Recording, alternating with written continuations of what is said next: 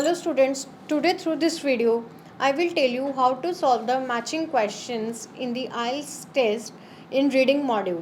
So let's start with the reading. I have already told you that for solving the reading we will follow a technique that is RUP method. R stands for read the questions first carefully. U means underline the keywords and understand the demand. P for the passage reading. So we will use the same technique for solving these type of question. Candle making in colonial America, this is the title. Title के बाद हम क्या करेंगे, passage read नहीं करेंगे, हम question करेंगे क्योंकि this is not mandatory that you will get all the answers in the sequence. You may get answers in jumble. So jumble way में भी आपको आंसर्स मिल सकते हैं, इसलिए हम क्या करेंगे, पहले क्वेश्चंस पढ़ेंगे, उनके कीवर्ड्स को अंडरलाइन करेंगे, अंडरस्टैंड करेंगे डिमांड को, फिर हम पैसेज पे स्विच करेंगे. तो अब यहाँ पे आज हम करने वाले हैं questions matching related. Question 4 to 14. Classify the following as descriptive of A for paraffin, B for beeswax, C for tallow, D for bayberry wax. Write the correct letter A, B, C, D in boxes 4 to 10 on your answer sheet. Was often made from the fat of cows. ये जो particular candle थी ये किससे बनती थी, fat of cows से, तो इसको हम अंडरलाइन करेंगे. Is made from bush that grows near the sea. ये जो कैंडल है बेसिकली ये कहाँ से मिलेगी हमें, नियर द सी, जहाँ पे बुश ग्रो होता है. बुश मीन्स झाड़ियों की बात कर रहे हैं. Needs to be filtered before being made into candles. Candle बनाने से पहले इसको फिल्टर किया जाता था. Was not use before the 19th century. इसको 19th सेंचुरी से पहले यूज़ नहीं किया जाता था. जैसे अभी 2023 चल रहा है तो हम कौन सी सेंचुरी कंसीडर करते हैं, 21st. सिमिलरली जब 19th सेंचुरी की बात होगी तो कौन से ईयर्स होंगे, 1800 वाले ईयर्स चलेंगे. प्रोड्यूसेस स्मोकलेस कैंडल्स मीन्स ये कोई भी स्मोक अमिट नहीं करेंगे. Produce candles that were attractive to hungry mice and rats. ये किनको अट्रैक्ट करेंगे, जो हंग्री माइस और रेड्स होंगे. Is bluish in colour, bluish मतलब नीले रंग का होगा ये. Was brought to colonial America by European settlers. Was often reserve for holiday use. Has a pleasing aroma. Was often use for trading in place of money. जब चीज़ के बदले चीज़ दी जाती है तो उसे हम बार्टर सिस्टम कहते हैं. ये बेसिकली ट्रेड के लिए यूज़ किया जाता था पुराने टाइम में. आजकल तो जो है ट्रेडिंग के लिए we use currency, we use money. लेकिन अगर हम बाइगॉन एरा की बात करें तो चीज़ के बदले चीज़ दी जाती थी, उसे हम बार्टर सिस्टम कहते थे, BARTER. अभी हमने क्वेश्चंस रीड कर लिए हैं, हमें हिंट हो गया कि हमें क्या लोकेट करना है, तो अब हम अपने पैसेज पे स्विच करेंगे. The primary material used in making candles today is paraffin wax, which is derived from petroleum. In the process of refining crude oil, refiners crack the oil, thereby separating it into different products such as gasoline, heating oil, and kerosene. Paraffin wax, originally produced by plants that lived 100 to 700 million years ago to protect their leaves, is inert and remains suspended in the decayed vegetables matter that eventually becomes crude oil. In the refining process, paraffin wax is separated out and sold as a byproduct. Paraffin was not discovered until the early 1800s. Paraffin को कब तक discover नहीं किया गया था, until the early 1800s. तो यहाँ पे हमने इस सेंटेंस को देखा है. और क्वेश्चन नंबर 7 मुझे याद है कि मैंने कीवर्ड्स को हाईलाइट किया था, was not use before 19th century. इसको 19th सेंचुरी से पहले यूज़ नहीं किया गया था. तो अगर क्वेश्चन नंबर 7 देखते हैं तो किसके बारे में बात हो रही है, पैराफिन के बारे में. तो मेरा जो क्वेश्चन नंबर 7 है उसका जो आंसर हम मार्क करेंगे that is A. Next, at that time, paraffin was derived by a process of distilling bituminous sage, now known as shale oil. In 1850, Dr. James Young, a Scottish industrial chemist, applied for a patent for obtaining paraffin oil and paraffin from bituminous coals. Shortly after that, under a license from Young, paraffin was being produced from coal on a large scale in the United States. Because petroleum is now readily available, Young's original process for obtaining paraffin is no longer profitable, and paraffin is currently produced from crude oil. Before the discovery of paraffin, candle making had for centuries relied means depend on different materials chemically. Those materials were also hydrocarbons. However, they were derived का मतलब होता है invent करना, derived directly from insects, animals and plants. In colonial times in America beeswax, तो यहाँ से किसके बारे में बात शुरू हो रही है, बीजवेक्स के बारे में. Beeswax was highly valued for making candles. Even today beeswax though more expensive, ये ज़्यादा एक्सपेंसिव है, is highly regarded because pure beeswax candles emit no smoke when burning. Beeswax क्यों एक्सपेंसिव है, क्योंकि ये कोई भी स्मोक इमिट नहीं करती है व्हेन बर्निंग. तो मुझे याद है क्वेश्चन नंबर 8 में कीवर्ड हमने देखा था प्रोड्यूसेस स्मोकलेस कैंडल्स. तो किसके बारे में बात हो रही है, बीजवेक्स. तो क्वेश्चन 8 के लिए हम क्या मार्क करेंगे, ऑप्शन बी. आपने नेम नहीं लिखना है, सिंपली आपने क्या करना है, लेटर्स को हाईलाइट करना है, A B C D. A is for paraffin, B for beeswax, C for tallow, D for bayberry wax. तो हमने सिर्फ लेटर्स हाईलाइट करने हैं, हमने इनके नेम नहीं लिखने हैं यहाँ पे. तो यहाँ से हमारा क्वेश्चन नंबर 8 भी सॉल्व हो गया है. आगे रीड करते हैं. वेयर एज पैराफिन, कंपैरिजन हो रहा है, लेकिन बात किसके बारे में कर रहे हैं, बीवेक्स के रिगार्डिंग ये पैराग्राफ है. कंपैरिजन किसके साथ किया गया है, पैराफिन कैंडल्स के साथ किया गया है. Whereas paraffin candles produce a black slightly oily soot, beeswax is secreted only by female worker bees. As a worker bee eats honey, her wax glands exude the wax as oval flakes that form on the underside of her last 4 abdominal segments. The bee then removes the wax flakes and chews them, mixing the wax flakes with her saliva to soften them. When the wax is sufficiently pliable, she attaches it to the honeycomb. As the wax comb is built up, each pocket is filled with honey and then sealed with more wax. Given the numerous uses and considerable value not only of honey but also of the bees themselves and their beeswax, beekeeping was an important part of American life in the 17th and 18th centuries. Many of the early settlers brought honey bee hives with them from Europe. यहाँ पे अगर आप देखें, many of the early settlers brought honey bee hives with them from Europe.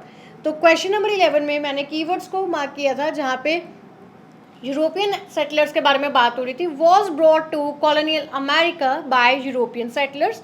तो किसके बारे में बात कर रहे हैं, ये 11 क्वेश्चन में अभी तक बीजवेक्स के बारे में ही बात चल रही है, कंटिन्यू कर रहे हैं. इस पैराग्राफ में भी उन्होंने क्या बोला है, यहाँ पे बीजवेक्स को हिट दिया है और ये कहा है कि इसको कहाँ कौन लेके आया था. Many of the early settlers brought honeybee hives with them from Europe. तो क्वेश्चन 11 भी जो हमारा सॉल्व हो गया है, कौन से ऑप्शन के साथ सॉल्व हुआ है, बी के साथ, बीजवेक्स. तो डियर स्टूडेंट्स, RUP मेथड का बेनिफिट आपने यहाँ पे रियलाइज़ किया है कि यहाँ पे हमें क्वेश्चन जो है वो सीक्वेंस में नहीं मिल रहे हैं, वो रैंडम मिल रहे हैं. जैसे हमें पहले 7 मिला, फिर 8 मिला और यहाँ से हमारा क्वेश्चन नंबर 11 भी सॉल्व हो गया. So this is not mandatory that you will get the answers in the sequence. कई बार स्टूडेंट्स क्या करते हैं, पैनिक करते हैं कि अगर 7 क्वेश्चन फर्स्ट पैराग्राफ में नहीं मिला है तो वो पैनिक करते हैं कि रीडिंग इज टफ. प्लीज़ आप केयरफुली कीवर्ड्स को समझिए और उन कीवर्ड्स के अकॉर्डिंग जो क्वेश्चन पहले आ रहा है आप उसके लोकेशन को लोकेट कर सकते हैं. Therefore, I suggest you and I force you to focus on RUP method. I hope you will definitely use this method in your reading test. Let us continue with the next line. Not indigenous to North America, the European honeybees, nonetheless thieves, are often escaped into the wild. In 1785, writing in notes on the state of Virginia, Thomas Jefferson observed the bees have generally extended themselves into the country a little in advance of the white settlers. The Indians therefore call them the white man's fly and consider their approach as indicating the approach of the settlements of the whites. Eventually, the Native Americans as well as the colonists use beeswax and honey in the frontier bartering system that grew up in the absence of readily available coinage. मैंने आपको already explain किया था bartering system क्या होता है, जब चीज़ के बदले चीज़ देके ट्रेड किया जाता है. जब करेंसी नहीं होती है लोगों के पास तो वो क्या करते हैं, चीज़ के बदले चीज़ देते हैं, उसे हम कहते हैं बार्टर सिस्टम. तो यहाँ से हमारा कौन सा क्वेश्चन सॉल्व हो रहा है, 14 क्वेश्चन. किसके बारे में बात हो रही थी पूरा पैराग्राफ में, बीजवेक्स के बारे में. Was often use for trading in the place of money. 14 question भी सॉल्व हो गया. तो क्या कह रहे हैं कि इसको बीजवेक्स को वो यूज़ करते थे किस पर्पज़ के लिए, बार्टरिंग सिस्टम के लिए. तो 14 क्वेश्चन का आंसर भी क्या बन जाएगा, bee ball. Another source of colonial candle material was animal fat or tallow. तो यहाँ पे आ गया है कि जो अनदर सोर्स था कॉलोनियल कैंडल मटेरियल का वो क्या था, एनिमल फैट. किस, तो ये कौन सी कैंडल बनी फिर, टेलो. तो यहाँ पे कौन सा क्वेश्चन सॉल्व हुआ है, फोर्थ क्वेश्चन में क्या कह रहे हैं, was often made from the fat of cows. तो ये किसकी फैट से बनता है, काउस की फैट से. तो इसका आंसर क्या होगा, टेलो. टेलो के लिए हम मार्क करेंगे सी ऑप्शन. फाइन. तो गाइज आप प्लीज़ इस चीज़ को देखते जाइए कि RUP मेथड से रैंडम क्वेश्चंस, रैंडम लोकेशंस मिल रही हैं हमें. फाइन. तो उसके बाद जो आगे आता है, cattle and sheep were the most common sources of tallow. Pork क्या होता है, पिग के फैट मीट को बोलते हैं. Pork fat was not used because candles made from it dripped too much and were dangerous. Additionally, the order क्या होता है, smell of burning pork tallow was particularly offensive. Chicken and duck fat were too soft to make candles.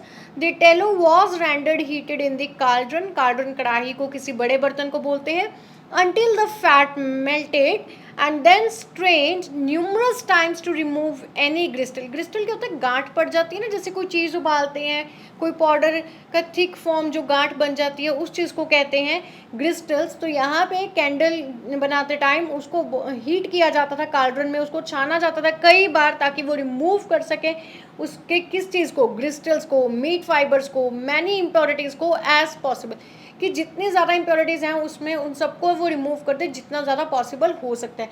तो यहाँ पे किस चीज़ के बारे में बात हो रही है, बेसिकली अगर हम इसको सिंपली देखें तो किसके बारे में कह रहे हैं, फिल्ट्रेशन प्रोसेस के बारे में बात कर रहे हैं ना, छानने के बारे में बात कर रहे हैं. छानना क्या होता है, किसी चीज़ को फिल्टर करना.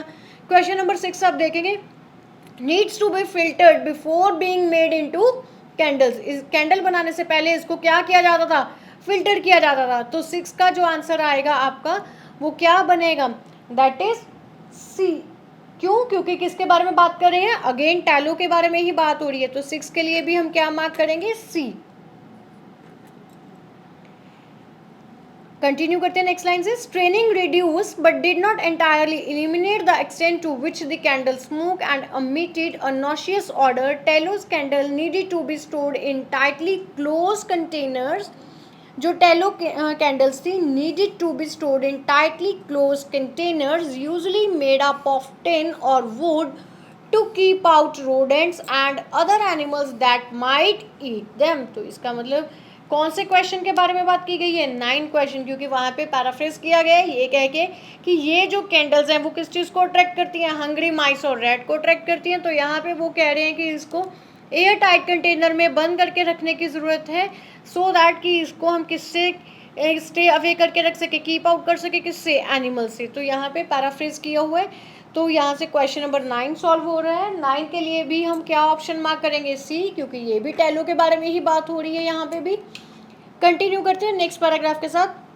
In the New World, the colonists discovered a native plant high in a natural waxy substance that could be extracted and used for candle making. The plant is the bayberry shrub, also known as candleberry. Bayberry shrubs are dense, semi-green. The plant are extremely hardy, grow to as much 9 feet high. Bayberry shrubs are dense and semi-green. The plants are extremely hardy, grow to as much as 9 feet and do well even in salt-laden coastal soil unsuitable for horticulture. In winter, female plants bear clusters of blue-gray berries which lend to color to the wigs. तो यहाँ पे अगर हम बात करके देखें कि जो बेबेरी श्रब्स हैं वो क्या हैं, किसके नज़दीक जा रही हैं, किसके, तो वो कह रही हैं कि ये जो ग्रो कर रही हैं बेसिकली हार्डी हैं, grow to as much 9 feet high है, सेमी ग्रीन, डेंस होती हैं. तो यहाँ से अगर हम देखें तो हमारा कौन सा क्वेश्चन सॉल्व हो रहा है, 5th क्वेश्चन सॉल्व हो रहा है, bush that grows near the sea. क्योंकि कोस्टल सॉइल के बारे में बात कर रहे हैं, कोस्टल मतलब रिवर जहाँ पे पानी है उसके बारे में बात कर रहे हैं. सी के नज़दीक कह रहे हैं ये 9 फीट हाई है, हार्डी है, ये इतनी डेंसली यहाँ पे ग्रो हो जाती हैं. तो क्वेश्चन नंबर 5 जो हमारा सॉल्व हुआ है उसके लिए हम ऑप्शन मार्क करेंगे D, that is bayberry wax. तो यहाँ से हमारा क्वेश्चन नंबर 5 भी सॉल्व हो गया है. नेक्स्ट रीड करते हैं कंटेंट को. The plant are extremely hardy, grow to as much as 9 feet high and do well even salt-laden coastal soil, unsuitable for the horticulture. In winter, the female plants bear cluster of blue-gray berries which lend to the color to the wicks. तो जिसकी वजह से इसको कौन सा colour आता है, blue grey colour आ जाता है, किस कलर ऑफ वैक्स आ जाता है. प्लांट्स जो बियर करते हैं, क्लस्टर्स क्या होता है, ग्रुप को, ये वाले ब्लू ग्रे बैरिस के क्लस्टर्स को जो वो कैरी करते हैं, बियर करते हैं, जिसकी वजह से वैक्स का कलर क्या हो जाता है, ब्लू ग्रे सा हो जाता है. तो क्वेश्चन नंबर 10 को भी यहाँ से हम सॉल्व कर सकते हैं. इज ब्लूइश इन कलर, तो किसके बारे में बात कर रहे हैं, अगेन बेबेरी के बारे में बात कर रहे हैं. So here we will mark D. Next read करते हैं. The colonist boiled the berries to separate the waxy matter from the pulp and then skimmed the wax off the top. Although making bayberry candles was more labor intensive than making tallows. Comparison हुआ है, तो इसका मतलब ये नहीं है कि आप यहाँ से टैलोस के बारे में इंफॉर्मेशन कंसिडर कर लें. bayberry candles were considerably superior, burning longer and producing less smoke, further recommending them. They had a pleasing scent. They had a pleasing scent. Aroma के बारे में बात हुई थी. They had a pleasing aroma. Paraphrase किया गया है यहाँ पे. यहाँ से आपको कौन सा क्वेश्चन सॉल्व हो सकता है, क्वेश्चन नंबर 13. तो किसके बारे में बात हो रही है, अगेन बेबेरी के बारे में बात हो रही है. क्वेश्चन नंबर 13 के लिए भी हम क्या मार्क करेंगे, यहाँ पे डी. नेक्स्ट रीड करते हैं. Compare to the beeswax. अब किसके साथ, पहले टैलो के साथ कंपैरिजन किया है, फिर किसके साथ कंपैरिजन करना स्टार्ट कर दिया, बीज वैक्स के साथ. Bayberries were available in greater quantities. The colonists found the bayberry wax was harder than the bee wax and they also burned longer. Because the bayberry clusters were harvested in winter and because making the candles were time consuming, the candles were often saved for special occasions, particularly Christmas and the New Year. तो ये जो candles थी इसको specially save करके रखा जाता था, कौन से ओकेजन्स के लिए, क्रिसमस एंड न्यू ईयर्स के लिए. Eventually they become holiday tradition. तो हॉलीडे के ऊपर भी इनको ज़्यादातर यूज़ किया जाता था. किस कैंडल के बारे में बात कर रहे हैं, बीज वैक्स के बारे में बात कर रहे हैं. यहाँ पे क्या कहना चाह रहे हैं कि जो बेबेरी है क्लस्टर में हार्वेस्ट होती है, विंटर में टाइम कंज्यूमिंग प्रोसेस था, कैंडल ऑफन सेव करके रखी जाती थी. किस पर्पस के लिए सेव करके रखी जाती थी, स्पेशल ओकेजन्स के लिए, particularly Christmas, new year, eventually holiday tradition बन गए. तो किसके बारे में बात कर रहे हैं, बेबेरी वैक्स के बारे में ही बात हो रही है. तो क्वेश्चन नंबर 12 के लिए भी क्या मार्क किया जाएगा, यहाँ पे डी ऑप्शन. गाइस कंफ्यूज नहीं होना है, बेबेरी के बारे में ही बात हो रही थी, फिर उन्होंने टैलो के साथ कंपैरिजन कर दिया, फिर बीज वैक्स के साथ कंपैरिजन कर दिया, एंड में आके फिर से उन्होंने बेबेरी के बारे में ही बात की है. तो आप इसको बेबेरी के रिगार्डिंग ही हाईलाइट करेंगे आंसर के लिए. I hope you like this video and you will definitely try to solve your reading in the same way. Wish you best of luck your exam. Thank you so much.